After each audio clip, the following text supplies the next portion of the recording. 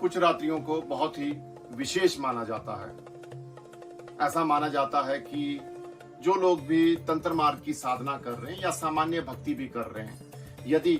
उन मुख्य रात्रियों के ऊपर कुछ विशेष साधना, कुछ विशेष विधि के द्वारा अपनी भक्ति करते हैं, तो उन्हें जो वह कई कई दिनों तक, या जैसे साधनाओं का माना जाता है कि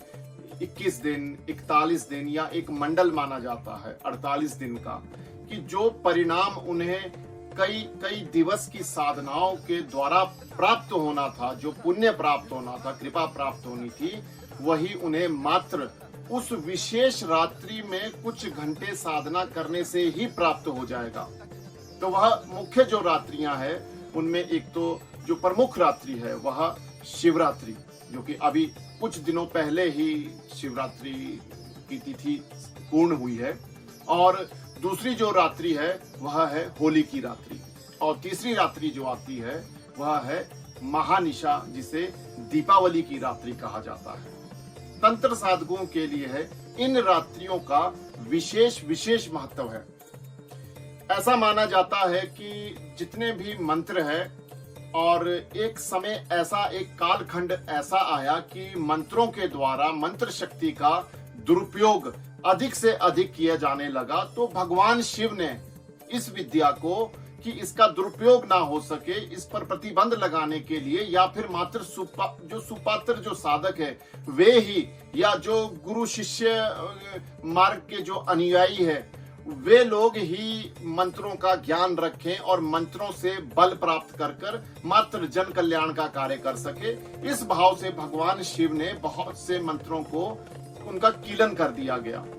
तो अब जो यह महारात्रि की जो तिथियां पड़ती है, इस पर स्वतः ही मंत्रों का उत्कीलन रहता है, और यदि कोई भी साधक अपने किसी मंत्र का जप एक पूर्ण रूप से भक्ति भाव से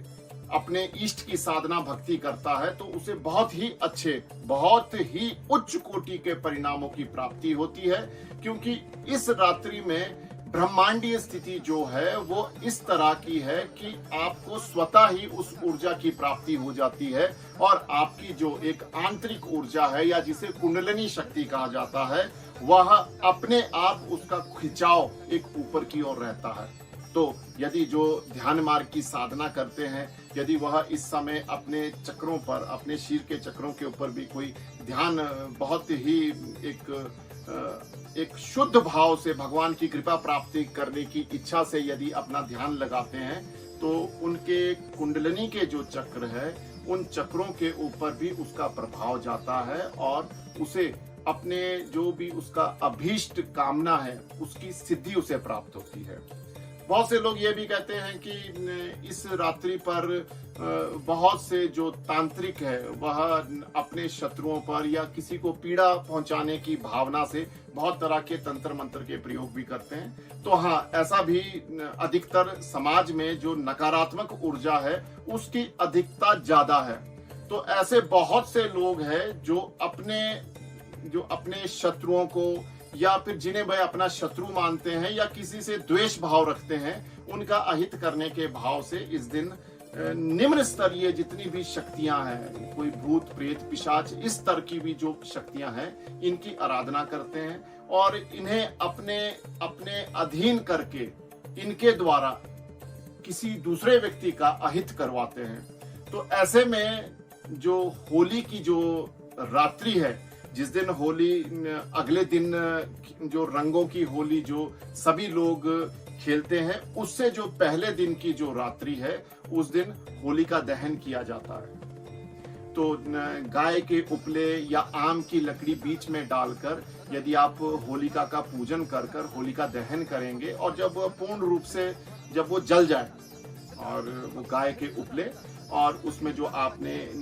एक एक करके जो आम की लकड़ियां डाली है, या आप कोई भी जो आपके पास उपलब्ध है वह लकड़ी आप उसमें डाल सकते हैं। और शत्रु यदि आपके बहुत अधिक है, तो शत्रुओं का शमन करने हेतु आप उसमें कुछ सरसों का तेल भी डाल सकते हैं। तो अगले दिन आप उसकी भस्म प्राप्त कर लें, और वो भस्म इतनी ज्यादा ऊर्जा से परिपूर्ण भस्म मानी जाती है कि आपको उसमें कोई मंत्र या कोई यज्ञ अनुष्ठान करने की आवश्यकता नहीं है, परंतु वह यज्ञ भस्म से भी अधिक जो क्षमता वाली जो भस्म है, जो बच्चों को नजर दोष से बचाने के लिए, नकारात्मक ऊर्जा से रक्षा करने के लिए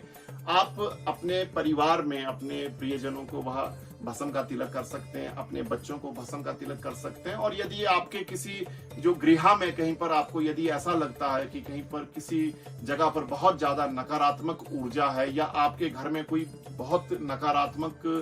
किसी तरह की शक्तियों का वास है या आपके ऊपर कोई अभिचार कर्म प्रयोग हुआ है, तो आप उस भस्म का तिलक लगाइए। निश्चित तौर पर उस भस्म की क्षमता इतनी अधिक है कि वह आपके उस दोष को दूर करेगी। तो यह प्रयोग मात्र होली की रात्रि पर ही किया जाता है। तो साधकों से या जो लोग भगवत मार्ग पर जो उसके अनुयायी है, जो उस मार्ग पर चलते हैं, उनसे तो यही अपेक्षा की जाती है कि वह भगवान की साधना करे, भगवान का ध्यान करे और अपने आप के लिए भगवान से यही कामना करे कि आपका मन भगवान की भक्ति में, उनके चरणों की सेवा में सदैव लगा रहे और भगवान जो भी आपको क्षमता प्रदान करे उसका सदुपयोग आप जन कल्याण के लिए, लोक सेवा के लिए सदैव ही करें। इन्हीं कामनाओं के साथ आप सभी लोगों को होली की बहुत बहुत शुभकामनाएं। जय मां भद्रकाली।